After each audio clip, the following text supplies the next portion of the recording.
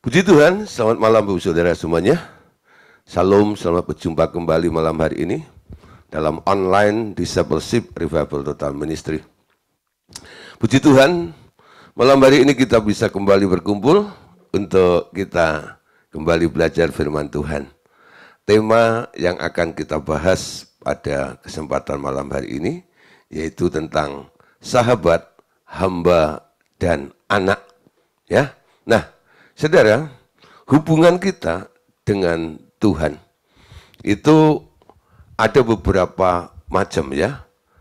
Kita bisa menjadi sahabatnya Allah, kita juga bisa menjadi hambanya Allah, kita juga bisa jadi anaknya Allah. Nah, kok bisa Pak? Ya, nah ini tergantung kondisinya. Ya, Anda ada di level seperti apa? Bagaimana sikap Anda kepada Tuhan, bagaimana posisi dan hubungan Anda dengan Tuhan, ini akan menentukan Anda ini sebenarnya sahabatnya Allah, atau Anda hamba Allah, dan Anda apakah anak Allah. Nah, untuk bisa menjadi sahabat itu bagaimana? Bagaimana Anda bisa menjadi hambanya Allah, dan bagaimana Anda bisa jadi anaknya Allah, itu semua ada syarat dan cara-caranya. Oke, jadi malam hari ini, nanti sambil cross check ya. Kita ini ada di posisi apa? Posisi sebagai sahabat, hamba, atau anak. Ya. Nah, kita awali dulu tentang persahabatan manusia dengan Allah. Ya, bagaimana persahabatan Allah dan manusia itu mulai? Saudara, ketika Allah menciptakan manusia yang diciptakan menurut peta dan teladannya atau menurut gambarnya, menurut polanya. Ia menginginkan adanya persahabatan dengan manusia. Nah, saudara, penciptaan manusia berbeda dengan penciptaan makhluk-makhluk yang lain atau benda-benda yang lain. Walaupun sama-sama diciptakan. Tapi yang membedakan apa? Yang membedakan adalah tujuan daripada si pencipta itu ketika menciptakan benda-benda atau makhluk-makhluk lain, dan ketika Allah itu menciptakan manusia. Tujuannya apa? Saudara, semua di luar manusia itu sebenarnya hanya bisa dibilang sebagai pelengkap atau sarana prasarana saja. Tapi buat manusia, manusia itu bukan sekedar pelengkap. Tapi Allah membuat manusia itu tidak sekedar dia buat. Ketika akan membuat manusia, Allah itu sengaja bermusyawarah lebih dahulu. Bermufakat lebih dahulu. Alkitab mengatakan, marilah kita menjadikan manusia menurut rupa dan gambar kita. Amin. Nah, lalu diciptakanlah manusia itu laki-laki dan perempuan, lalu diberkati supaya beranak pinak untuk memenuhi bumi ini. Nah, saudara, ketika manusia diciptakan, Allah langsung memberikan sesuatu, ya, apa yang akan terjadi kepada manusia itu. Dan di sini Allah memiliki suatu harapan kepada manusia. Sesuatu yang aku ciptakan, yakni makhluk yang namanya manusia itu, nanti akan menjadi makhluk yang berkuasa. Menguasai semua fasilitas-fasilitas atau pelengkap-pelengkap yang telah diciptakan oleh Allah sebelumnya itu. Dan makhluk-makhluk yang lainnya. Nah, diberi otoritas. Lalu ada perintah. Berkembang biaklah. Beranak cuculah. Beranak pinaklah, penuhilah bumi itu.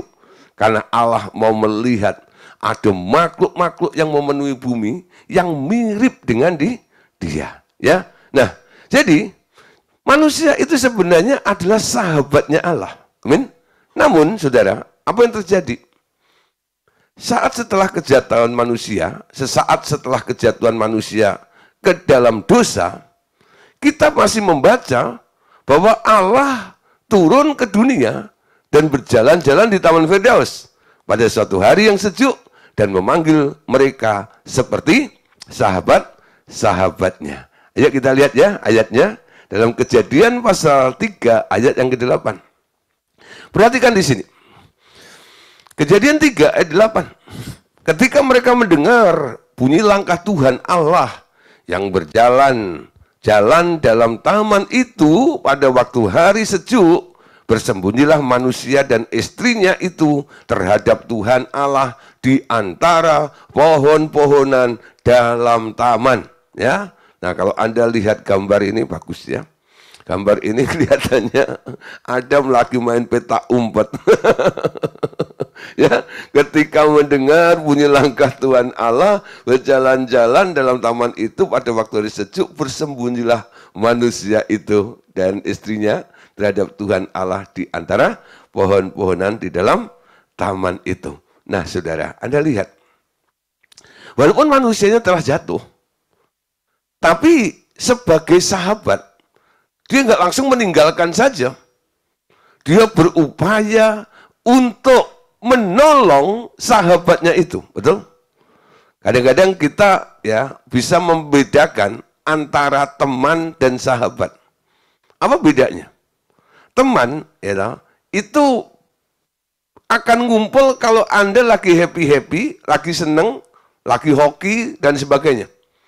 Tapi seorang sahabat, dia yang selalu setia mendampingi Anda ketika Anda di dalam kesukaran dan kesusahan, betul? Itulah sahabat. Bedanya sahabat dengan teman, betul? Kenapa Tuhan turun masih mencari manusia yang telah jatuh ke dalam dosa? Karena manusia adalah sahabatnya, betul? Ini suatu relationship, hubungan antara manusia dengan Allah sebagai wujud persahabatannya. Walaupun kamu jatuh, aku mau kalau bisa kamu jangan jatuh lebih dalam lagi. Oleh karena itu, Tuhan Allah datang, panggil. Adam, Adam, Adam, Adam. Yang dipanggil, bukannya malah, halo, sahabatku. Enggak. Malah menjauh, ya. Jauh, jauh, jauh, dan jauh. Ngumpet. Apakah Allah pada waktu itu enggak tahu? Oh, Allah tahu Adam ada di mana. Karena dia Maha tahu, betul? Enggak ada yang tersembunyi di hadapan Allah. Tapi Allah pengen lihat hati atau kejujuran daripada sahabatnya ini. Saudara, bagi Allah untuk menolong seseorang itu enggak terlalu sulit. Betul? Tapi kalau orang itu enggak jujur, enggak mau terbuka, enggak mau datang kepada Tuhan, itu kesulitan bagi Allah untuk bisa menolong manusia itu. Banyak manusia kadang-kadang gitu, sudah jatuh malah kabur. Sudah jatuh malah lari, menjauh daripada Tuhan. Saya kadang-kadang ya sedikit gemes, tapi sedikit puji Tuhan juga. Kalau ada orang nih ya, kadang-kadang kalau lagi happy, lagi banyak duitnya, lagi seneng gitu, wah gitu ya, nggak pernah datang ikut fellowship, nggak pernah datang ikut bengkel rohani, nggak pernah datang ikut praise and worship, jadi ya, nggak pernah datang ikut seminar. Tapi kalau udah banyak masalahnya gitu, baru unyi-unyi datang gitu ya. Nah, gemesnya ada sih, gitu ya. Tapi saudara, tapi ini juga lucu juga ya. Ya masih puji Tuhan lah. Ketika Anda jatuh, Anda masih mau nyari Tuhan, tuh. Ada orang-orang yang sudah jatuh nggak mau nyari Tuhan, itu yang paling sengsara dan paling cilaka di dunia ini, tuh. Nah, ada orang yang begitu ya, udah saat jatuh, tapi tetap merasa dirinya masih eksis. Sehingga harus colok matanya, dikasih tahu kamu itu sudah nggak ada apa-apanya. Saya pernah satu kali ya, dampingi Pak Andreas pelayanan. Ada satu orang sudah dulu apanya kaya raya luar biasa, rumahnya banyak, ya. Lalu sudah dia kalah judi di kapal, akhirnya bangkrut, sampai tokonya juga udah mulai dijual dan sebagainya. Nah, Rumah yang tadinya besar sekarang hanya jadi satu rumah ukuran 300 meter lah gitu ya. Nah, tapi masih bagus juga sih. Tapi dulu lebih bagus kayak istana. Nah, ketika kami datang ke tempat itu, dia masih sombong dalam keadaan seperti itu. Pak Andes bilang gini, kamu itu udah jelek, miskin gitu loh. Bangkrut pula. Gitu loh. Apa yang kamu banggakan? Kaget dia. Maka kadang-kadang Pak Andes itu dulu kalau ngomong tuh orang Korea bilang teknyeng. Apa itu teknyeng tuh? Itu untuk menyadarkan. Bukan ngomong kasar, enggak. Ada orang-orang yang harus diomongin kayak begitu, baru enggak. Betul enggak? Ya, betul. Kemarin pulang dari seminar, nah, di mobil ada beberapa orang ikut. Saya cerita, nah, ada pengalaman dulu, saya nganter orang ya. Ketika konseling ke Pak Andreas, ya, mereka punya hubungan ya, yang sebenarnya salah, karena ini janda cerai sama duda yang meninggal gitu ya. Nah, akhirnya minta untuk diberkati. Pak Andes bilang begini, ya, seonggok tai pun kalau diapain pun tetap aja tai. Orang itu marah. Itu hanya untuk menunjukkan. Ya, sebenarnya bukan kasar. Gitu ya. Nah, saudara, kadang-kadang manusia itu perlu gitu, untuk apa? Menyadari lalu butuh Allah seperti itu loh.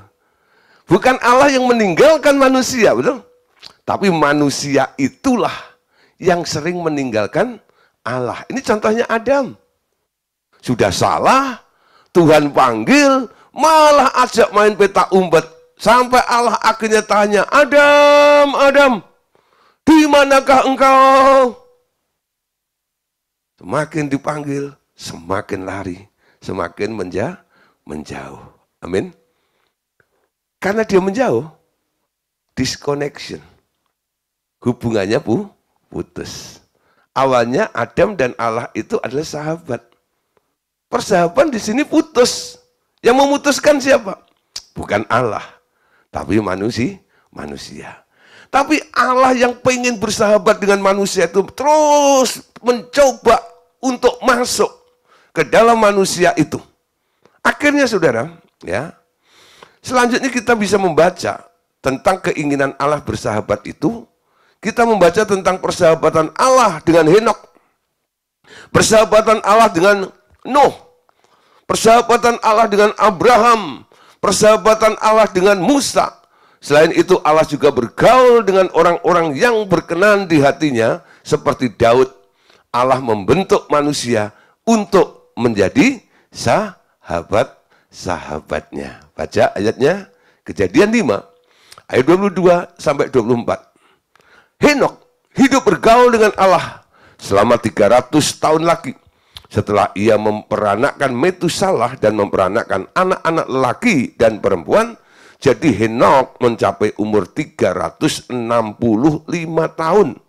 Dan Henok bergaul dengan Allah. Lalu ia tidak ada lagi sebab ia telah diangkat oleh Allah. Anda lihat sini ya. Ada satu orang namanya Henok. Bersahabat, bergaul, berjalan dengan Allah dalam kurun waktu yang sangat panjang. Sampai akhirnya Henok mencapai umur 365 tahun.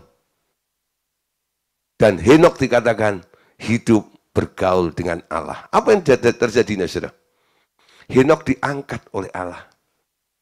Jadi buah sulung. Rapture. Ya, nggak ada.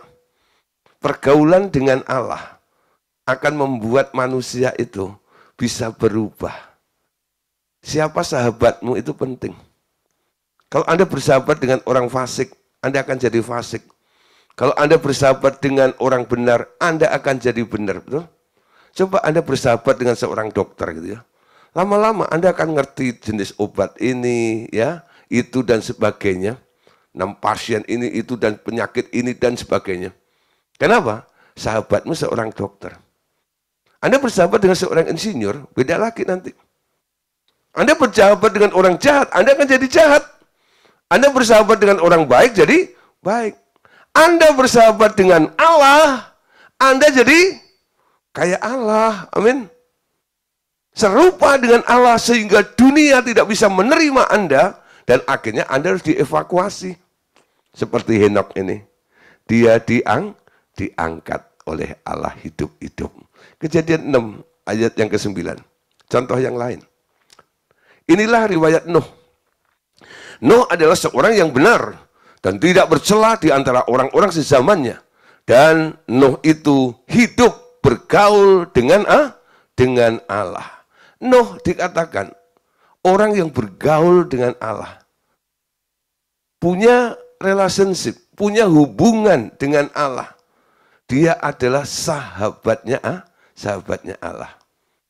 Anda tahu, dari miliaran orang pada waktu itu, Nuh menjadi prioritasnya Allah.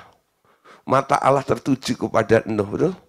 Itu seperti mencari jarum di tengah-tengah sekam yang begitu sulit. Tapi Nuh, lihat, dia menjadi mutiara yang indah di tengah semua sampah dan kotoran itu. Manusia pada waktu itu telah jahat dan berbuat dosa. Tapi Nuh tidak bercela di antara mereka. Dia tetap hidup benar, betul? Kenapa?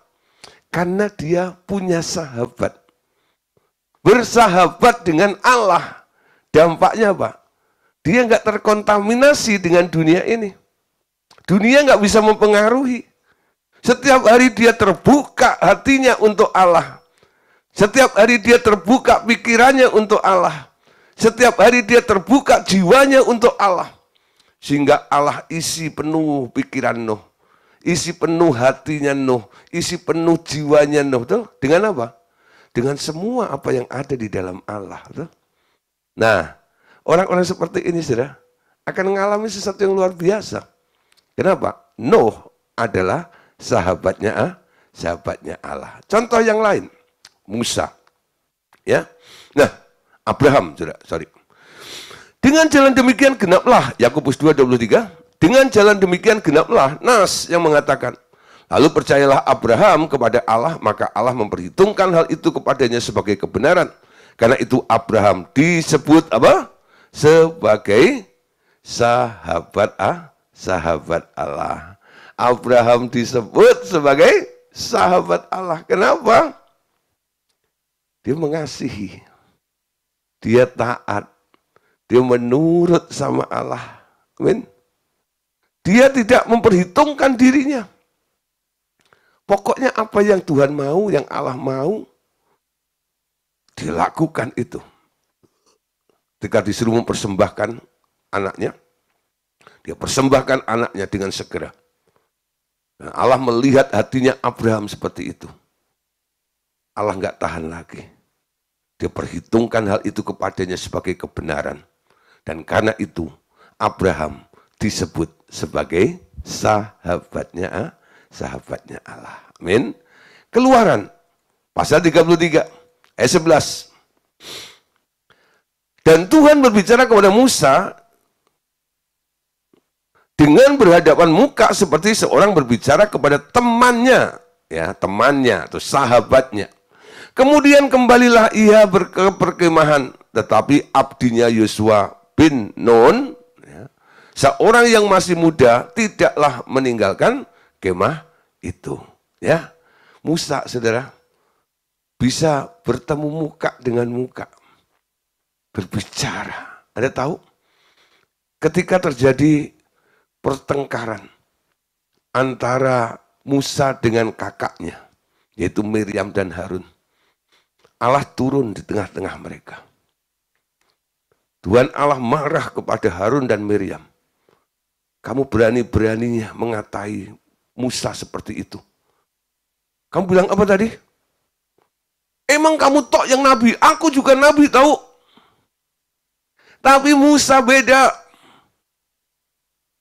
Ya, kamu nabi, ya, itu cuman perpanjangan tangannya aja. Kamu nggak pernah ketemu dengan aku. Musa, dia ketemu muka dengan aku. Itu bedanya. Dia direct. Sementara kamu dapat kopiannya saja. Apa yang kamu sampaikan, itu yang diterima oleh Musa. Lalu kamu baru sampaikan kepada bangsa Israel. Sehingga apa yang kamu sampaikan itu membuat kamu disebut nabi oleh mereka. Tapi beda dengan Musa. Spesial, betul? Musa itu sahabatnya Allah. Kalau akan ada terjadi sesuatu di muka bumi ini, Allah selalu ngomong dulu kepada sahabatnya. Amin. Nah, contoh yang lain, saudara, siapa sahabatnya Allah? Kisah 18 ayat 22, 13 ayat 22. Setelah disingkirkan, Allah mengangkat Daud menjadi raja. Mereka tentang Daud, Allah telah menyatakan, aku telah mendapat Daud bin Isai, seorang yang berkenan di hatiku dan yang melakukan segala kehendakku. Nah, saudara, Daud adalah sahabatnya Allah. Lepas dari kelakuannya Daud. Amin. Kenapa, saudara? Bedanya Daud dan Saul apa? Daud itu mau dikoreksi, mau dibenerin oleh Tuhan. Sementara Saul selalu berdalih, merasa dirinya nggak salah. Dan Tuhan tolak. Setelah Tuhan tolak Saul, dia pilih Samuel suruh datang ke keluarga Isai. Suruh mengurapi salah satu dari anaknya Isai itu. Samuel hampir terkecoh dengan parasnya. Lalu Tuhan bilang, kamu melihat parasnya, tapi aku melihat hati. Bukan itu, bukan Eliab. Ya, yang kamu anggap itu cocok jadi penggantinya Saul. Beda, pilihanku beda. Daud datang, dipanggil. Ini pilihanku. Kala itu Daud masih imut-imut, saudara. Yang dilihat bukan fisiknya. Yang dilihat bukan parasnya. Tapi hatinya ada Daud. Betul? Nah, apa yang terjadi dengan Daud? Hatinya Daud itu luar biasa. Amin. Dan sangat dibanggakan oleh Allah. Saudara, yuk jadi sahabatnya Allah. Amin. Nah, mulai jangan menjauh dari Tuhan. Terbuka dengan Tuhan. Anda mau pakai caranya, Henokh boleh. Anda mau pakai caranya, siapa tadi? Abraham juga boleh. Anda mau pakai caranya, Nuh juga boleh. Anda mau pakai caranya, Musa, silahkan. Anda mau pakai caranya, Daud, silahkan. Tokoh-tokoh tadi sudah pernah menjadi sahabatnya Allah. Amin. Nah, saudara, sekarang yang kedua. Itu tentang hamba. Ya. Nah, istilah hamba. Saudara, sebelum kita jadi hamba kebenaran, dulu kita adalah hamba dosa. Mereka yang hidup di bawah hukum Taurat berstatus sebagai hamba. Dalam kenyataannya, orang yang hidup di bawah hukum Taurat juga menjadi hamba-hamba dosa dan hamba-hamba roh-roh dunia. Sampai tiba saatnya Allah mengirimkan anaknya untuk memerdekakan mereka dari perhambaan dan menjadikan mereka anak-anak Allah. Jadi semua orang dulu adalah hamba dosa yang melakukan perbuatan-perbuatan dosa. Tuh. Nah, saudara, kita lihat dalam Galatia pasal 3 ayat 24. Jadi hukum Taurat adalah penuntun ya bagi kita sampai Kristus datang. Supaya kita dibenarkan karena iman. Nah, Galatia pasal 2 ayat 4, Galatia pasal 4 ya, 1 sampai 5. Yang dimaksud ialah selama seorang ahli waris belum akil balik, sedikit pun ia tidak berbeda dengan seorang hamba. Sesungguhnya ia adalah tuan dari segala sesuatu, tetapi ia berada di bawah perwalian dan pengawasan sampai pada saat yang telah ditentukan oleh Bapaknya. Demikian pula kita selama kita belum akil balik, kita takluk juga kepada roh-roh dunia. Tetapi setelah genap waktunya, maka Allah mengutus anaknya yang lahir dari seorang perempuan dan takluk kepada hukum Taurat. Ia diutus untuk menebus mereka yang takluk kepada hukum Taurat, supaya kita diterimanya menjadi anak. Ya. Nah, saudara, jadi kita ditebus dari perhambaan dosa itu. Yohanes 8 ayat 34 sampai 36. Kata Yesus kepada mereka, aku berkata kepadamu, sesungguhnya setiap orang yang berbuat dosa adalah hamba dosa. Jadi Anda dengan jelas ya, di sini dikatakan semua orang yang berbuat dosa disebut hamba dosa. Ini nggak perlu dijelaskan. Apa sih Anda sudah ngerti? Karena Anda juga pernah mengalami dan pernah melakukannya, betul? Ada dalam kondisi, situasi seperti itu. Pernah berbuat dosa, artinya dulu Anda adalah hamba dosa. Dan hamba tidak tetap tinggal dalam rumah, tetapi anak tetap tinggal dalam rumah. Jadi apabila anak itu memerdekakan kamu, kamu pun benar-benar merdeka. Ya, nah nanti perbandingannya dengan anak akan jelaskan di belakang. Ya, Yakobus 4 ayat 4 dulu. Hei kamu, orang-orang yang tidak setia. Tidakkah kamu tahu bahwa persahabatan dengan dunia adalah permusuhan dengan Allah?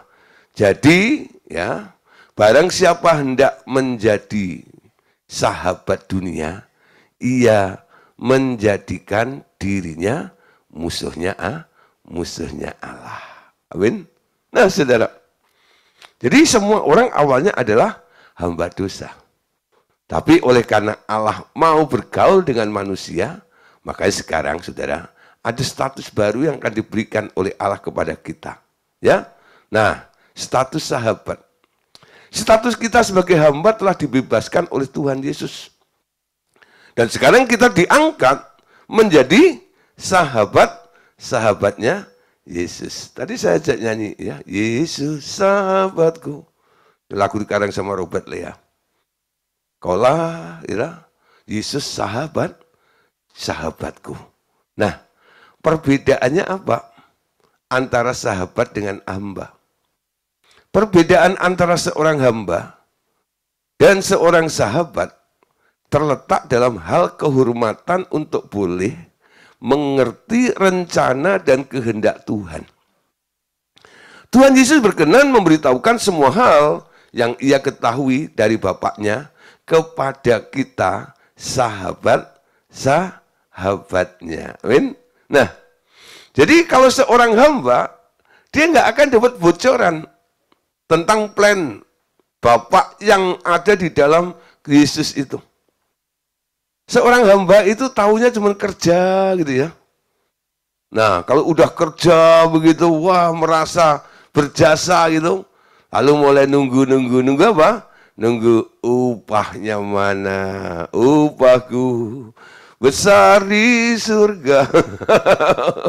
Di otaknya cuma ada apa? Upah, dan upah. Kenapa kamu rajin? Saudara, apa bedanya Kristen dengan agama lain? Kekristenan diselamatkan bukan karena perbuatan Anda. Karena iman Anda masuk surga. Betul? Anda selamat karena percaya. Kenapa Anda berbuat baik? Untuk mendapatkan pahala. Untuk dapat upah. Dan banyak orang hanya menempatkan diri di daerah ini. Kerja buat Tuhan terlalu manis.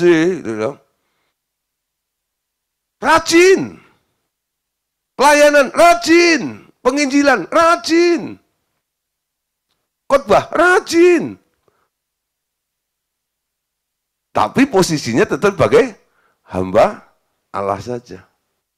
Beda, saudara. Yesus datang memerdekakan Anda. Anda dilepaskan dari status hamba, dinaikkan status Anda sebagai sahabat. Jadi dari hamba dosa, jadi hamba kebenaran, nggak terus ada di situ. Naik lagi levelnya, menjadi sahabat. Nah, saudara, orang yang menjadi sahabat Allah itu adalah orang-orang yang tahu menyenangkan Tuhan, ya, menyenangkan Bapaknya, menyenangkan Tuhan. Nah, kita perhatikan di sini. Ketika Maria duduk di kaki Tuhan dan mendengarkan ia mengajar, itu sangat menyenangkan hatinya. Tuh. Nah, tapi sebelumnya kita lihat beberapa ayat. Dalam Yohanes 15, ayat 14-15. Kamu adalah sahabatku jikalau kamu berbuat apa yang kuperintahkan kepadamu. Aku tidak menyebut lagi kamu hamba, sebab hamba tidak tahu apa yang diperbuat oleh tuannya. Tetapi aku menyebut kamu sahabat, karena aku telah memberitahukan kepada kamu segala sesuatu yang telah kudengar dari Bapakku. Nah, saudara, Tuhan meningkatkan kelasnya, ya.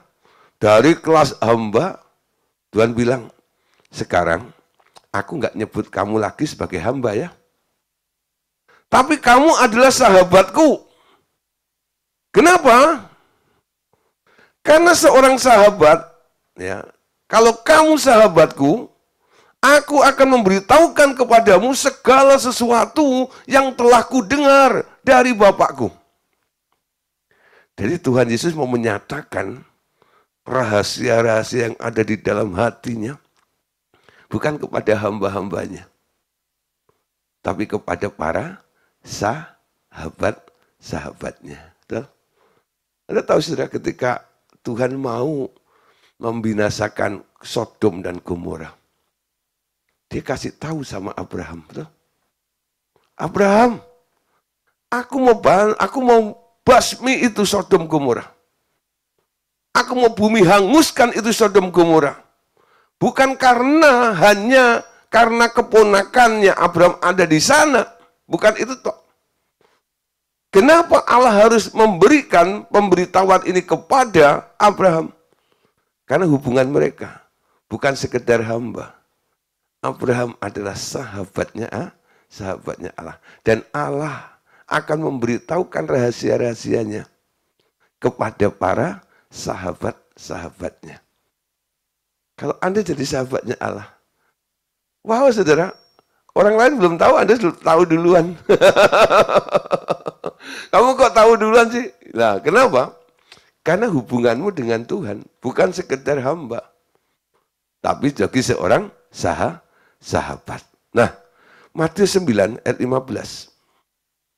Jawab Yesus pada mereka, dapatkah sahabat-sahabat mempelai laki-laki berduka cita selama mempelai itu bersama mereka? Tetapi waktunya akan datang, datang mempelai itu diambil dari mereka, dan pada waktu itulah mereka akan berpuasa. Ya, dapatkah sahabat-sahabat mempelai laki-laki? Ya, nah, pengantin Kristus, kandidat pengantin Kristus itulah dimulainya dari menjadi sahabatnya. Anda tahu ya, orang mau menikah gitu nggak langsung istilahnya ya asal ya nanti pokoknya ketemu ya hari itu langsung gitu. Biasanya kan melalui perkenalan dulu ya, jadi teman, jadi sahabatnya, lalu saling mengerti, saling menilai ya. Nah, akhirnya ada kecocokan, baru nih mereka tingkatkan ke pertunangan, lalu akad nikah dan mulailah mereka jadi suami istri. Ya, begitu juga saudara. Anda dengan Kristus. Kristus nggak pungut sembarang orang. Dia mulai dari orang yang mau jadi sahabatnya. Yang mau terbuka hatinya kepada Tuhan. Betul? Bukan orang yang lari seperti Adam. Ketika dipanggil Adam, Adam di manakah engkau? Lalu kabur, caw, begitu. Enggak. Orang yang mau mendekat kepada Tuhan. Dekat padamu. Itu rinduku.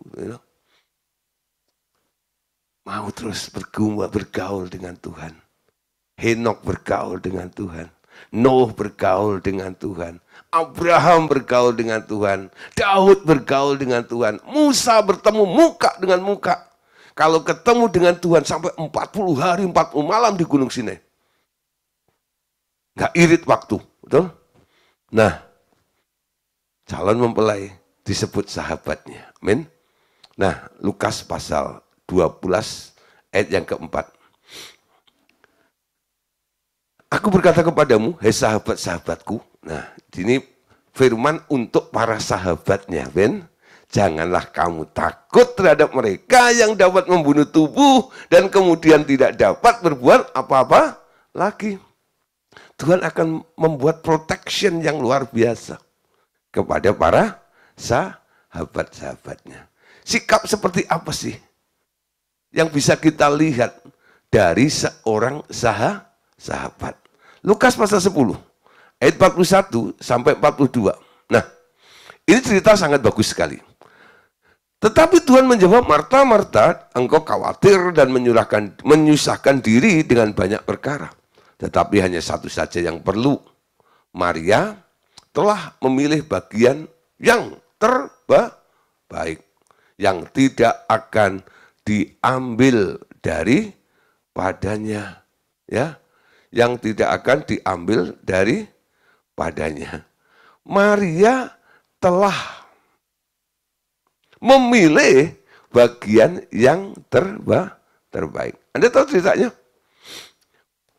Marta dengan kesibukannya, dengan keahliannya, dengan talentanya, ya, dengan skillnya, dengan kapasitas kemampuannya, dia mulai action. Ketika Tuhan datang ke rumah itu, aku mau melayani Tuhan. Dilakukan banyak hal. Untuk siapa? Untuk Tuhan dan murid-muridnya. Untuk Tuhan loh. Dia kerja untuk Tuhan. Amin. Bukan kerja untuk dunia. Si Marta ini. Tapi sampai satu titik, Marta ini komplain. Guru, tidakkah engkau peduli aku susah sendiri, repot sendiri, sibuk sendiri. Sementara saudaraku cuma duduk dekat kakimu aja, sambil bengong dengerin engkau. Mendengar komplainnya Marta ini, Tuhan enggak langsung, Maria, sana, bantu dia. Kasihan tuh saudaramu. Tapi justru, Tuhan Yesus itu bilang gini, Marta, engkau khawatir dan menyusahkan diri dengan banyak perkara. Tapi hanya satu saja yang perlu sebenarnya. Maria telah mengambil, telah memilih bagian yang terbaik yang tidak akan diambil daripadanya. Justru Maria yang dibela. Kenapa? Nah, saudara, Tuhan bukan nggak suka orang mengerjakan pekerjaan Tuhan. Tuhan suka, betul? Makanya ada perumpamaan tentang kebun anggur, betul ya? Yang diupah sedinar sehari. Baik yang kerja pagi sampai kerja sore. Upahnya sama, 1 hari. Yang merekrut siapa? Tuhan sendiri.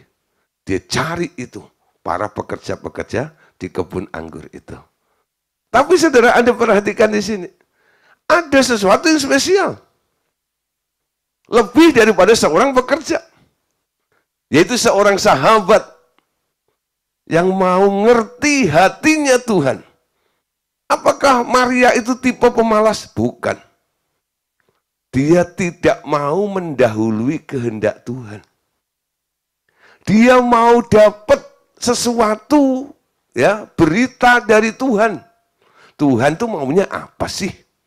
Kalau aku sudah nangkep maunya Tuhan, itulah yang akan aku lakukan. Makanya dia nunggu di situ. Dengerin gitu ya. Nah, ketika Tuhan bilang, lakukan ini, lakukan itu. Dengan segera, Maria akan melakukannya. Jadi Tuhan memuji Maria lebih daripada memuji Marta. Bahkan Marta cenderung ditegur oleh Tuhan. Maria adalah sahabatnya Tuhan. Amin. Nah, saudara, mau dengar suara Tuhan. Nah, berikutnya, saudara. Hubungan antara hamba dan Tuhan itu bagaimana? Di bagian lain dari Alkitab kita masih juga disebut hamba Allah atau hamba Tuhan Yesus, yaitu dalam hubungan pekerjaan pelayanan di ladang Tuhan di dunia ini. Tuhan adalah Tuhan dari pekerjaan ini, dan Tuhan Yesus juga telah diangkat sebagai Tuhan atas seluruh ciptaan Allah. Nah, saudara, tentang hubungan antara Tuhan dan hamba bisa kita lihat dari Matius pasal 25 ayat 19 sampai 20.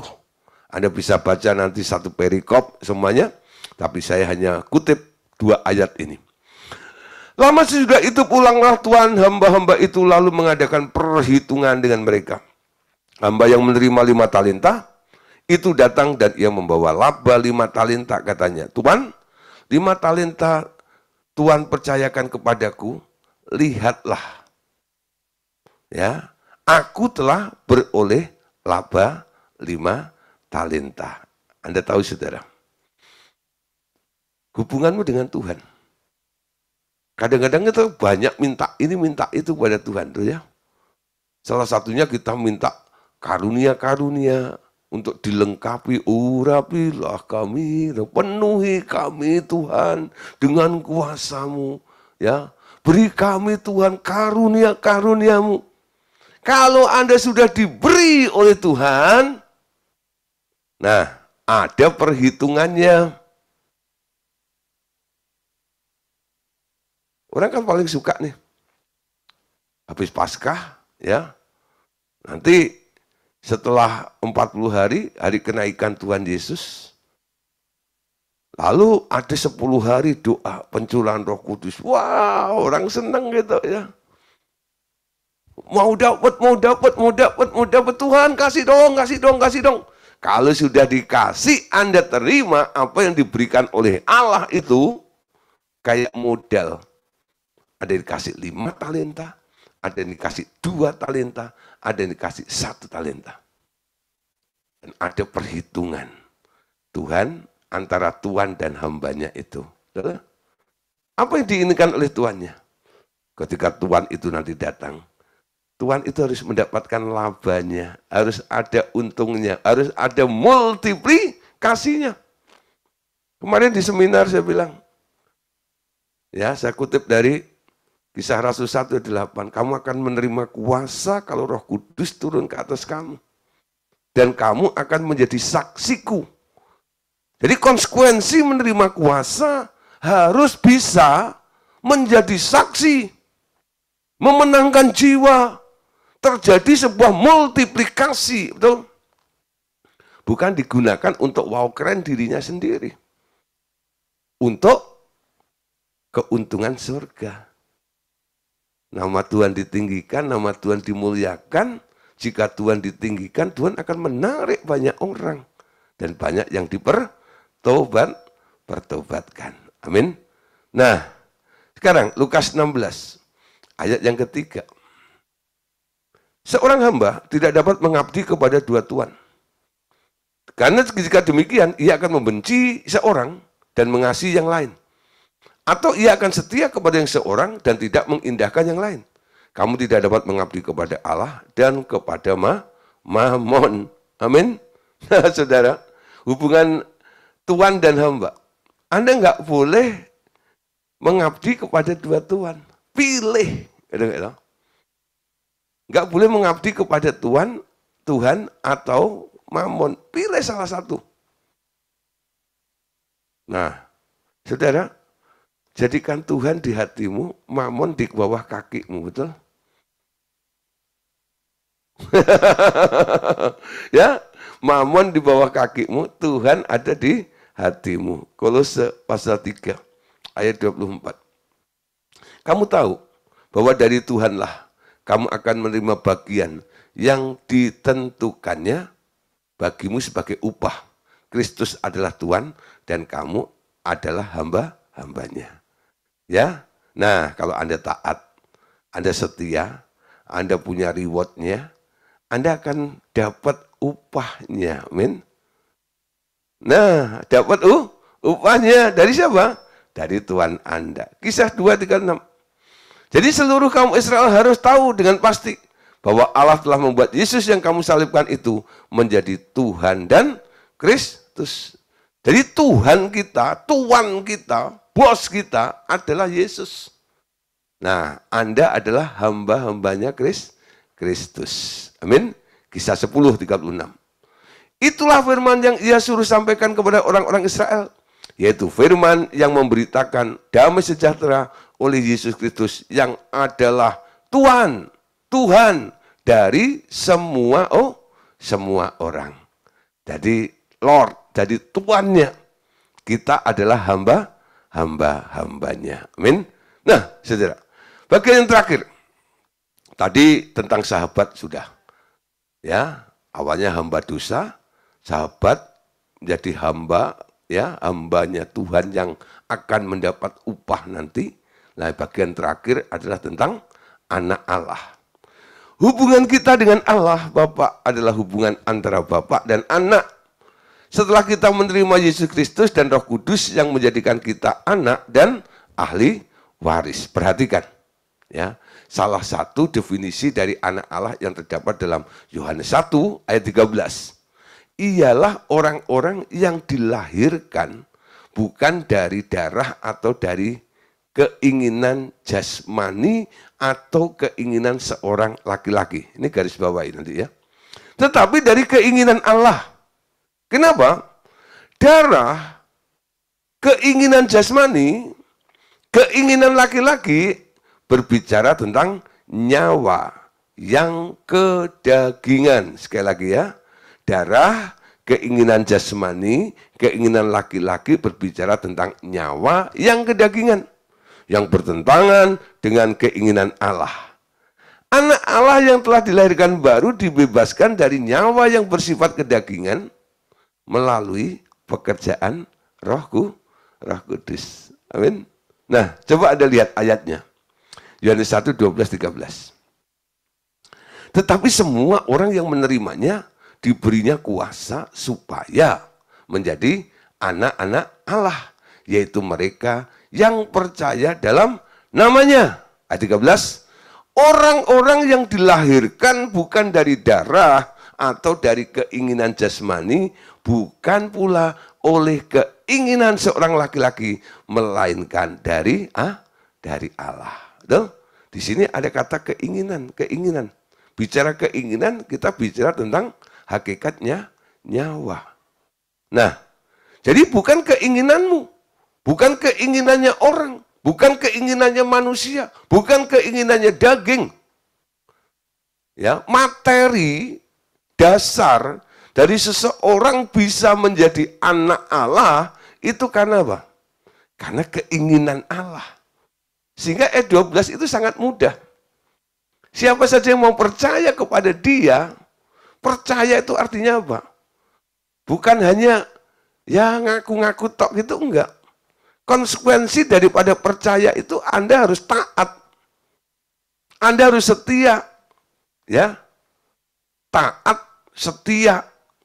Nah, percaya. Ya. Nah, jadi bicara tentang kepercayaan. Ini bukan just belief aja, tapi Anda harus bisa trust juga, betul? Nah, trust ini beda dengan belief. Ya, kalau belief biasanya kan believe it or not. Kalau trust itu untuk trust him, percaya, mempercayai, mengakui, menghormati, betul? Itu beda. Betul? Kepercayaanmu kepada Tuhan akan membuktikan, menentukan, mengubah statusmu menjadi anak Allah yang bukan diperanakkan, dilahirkan dari darah atau daging. Bukan karena keinginan jasmani dan bukan keinginan laki-laki, tapi keinginan Allah. Anda tahu saudara, Yesus disebut anak Allah, bukan? Ketika dia pakai casing, dia pakai tubuh daging, ya, dia adalah anak Allah. Nah, Anda tahu kenapa dia disebut anak Allah? Karena benihnya bukan dari Yusuf.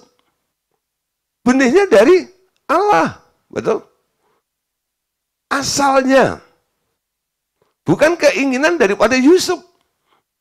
Tapi keinginan Allah. Jadi ketika Gabriel datang kepada Maria, memberitahukan bahwa kamu akan melahirkan seorang anak itu, dia kaget, syok. Bagaimana itu caranya? Alkitab katakan, nanti Roh Kudus akan menaungi engkau. Engkau akan mengandung dan punya anak, kasih nama itu Yesus. Anak Allah. Betul?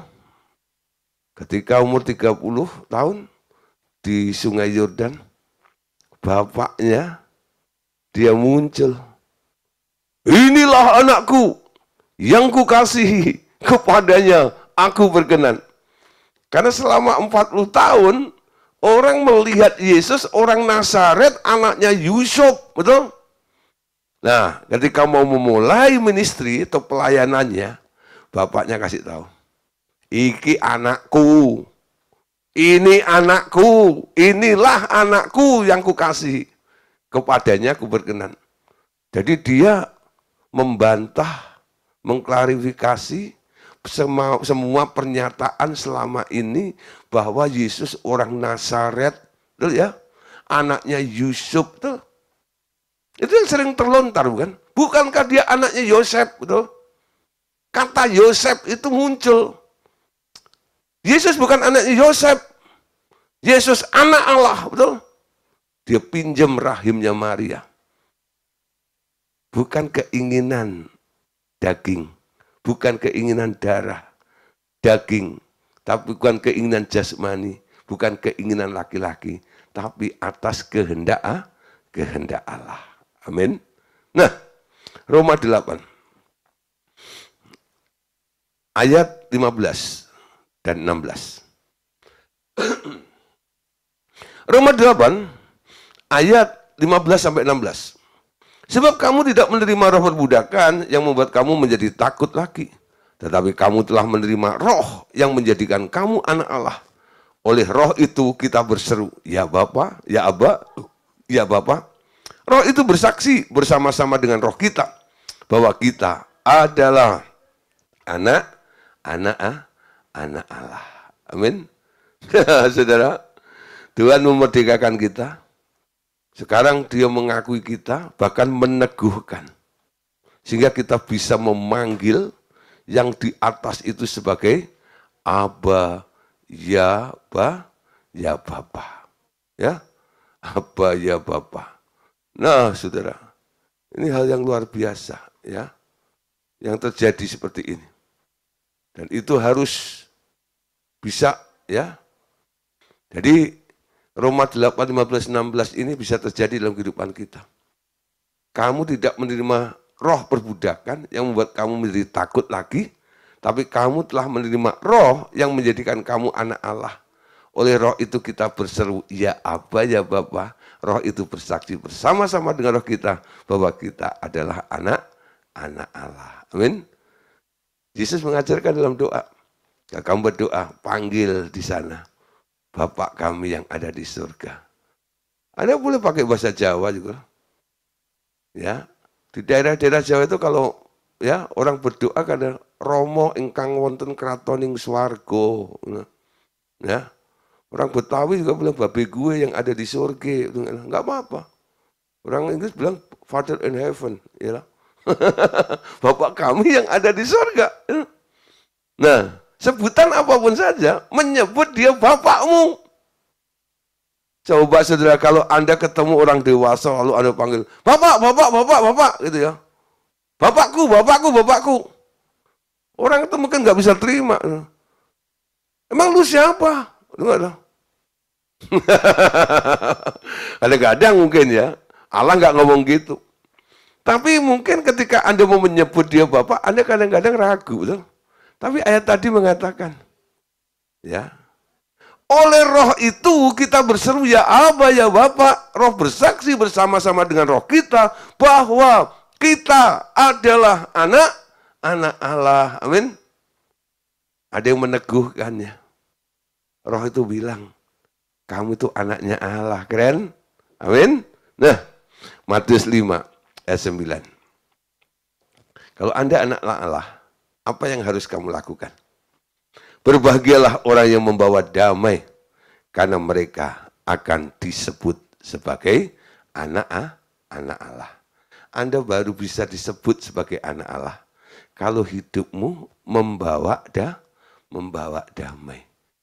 Coba saudara, hidupmu membawa damai atau membawa musibah atau membawa kekacauan? Bisa Anda cek aja. Ketika Anda datang ya dalam sebuah pertemuan, perkumpulan dan sebagainya, kehadiranmu itu membawa damai atau membawa kekacauan. Nah, ini penting juga. Ya. Kenapa? Ketika kita datang, Tuhan bilang, ketika mengutus para murid-muridnya, pergi, masuklah ke dalam rumah-rumah mereka. Setiap kamu ketemu masuk ke dalam rumah, ucapkan salam kepada mereka. Shalom alaihim. Loh? Kalau salammu itu diterima, ya, salammu itu akan tinggal di rumah itu. Damai sejahtera bagimu, betul? Itu dikatakan para malaikat ketika ketemu dengan Maria juga begitu. Shalom. Damai sejahtera bagimu. Hei engkau yang dikaruniai oleh Allah. Betul? Damai. Membawa damai. Betul? Membawa salam damai. Salam itu harus termanifestasi ketika kita hadir. Ya, bawa salam. Kenapa? Anda adalah anak Allah. Amin. Nah, ayat terakhir saudara. Sebagai anak Allah yang gak kalah penting. Roma 8 ayat 14. Roma 8 14. Baca sama-sama. Semua orang yang dipimpin oleh Roh Allah adalah anak Allah. Betul? Anda anak Allah? Pastikan Anda dipimpin oleh Roh Allah. Maksudnya apa? Maksudnya apa? Anda dipimpin oleh Roh Allah itu. Anda tahu artinya dipimpin, ya. Ya, Anda dituntun, Anda diarahkan, betul ya? Anda berjalan menurut instruksinya dia. Nah, saudara, jadi malam hari ini kita bisa melihat ada berbagai macam hubungan kita dengan Allah. Dulu kita adalah hamba dosa. Ya. Misi Allah mencapai manusia, menjadikan manusia itu adalah sahabat-sahabatnya. Walaupun manusia sudah jatuh dalam dosa, dia kejar itu. Siapa yang bisa merespon? Ada beberapa tokoh tadi itu. Amin. Nah, lalu dia mencari orang-orang yang mau bekerja di kebun anggurnya. Yang akan mendapatkan upah nanti di sana. Lebih dari itu, dia menyadarkan kepada kita. Hubungan kita dengan Bapa. Kita ini adalah anak-anaknya. Statusmu sebagai anak membuat engkau bisa sederajat dengan Tuhan Yesus. Memiliki hak, kewajiban yang sama. Seperti Tuhan Yesus. Amin. Oke Bapak Saudara. Sampai di sini ya tentang sahabat, hamba, dan anak. Ya, Tuhan Yesus memberkati kita semuanya. Amin.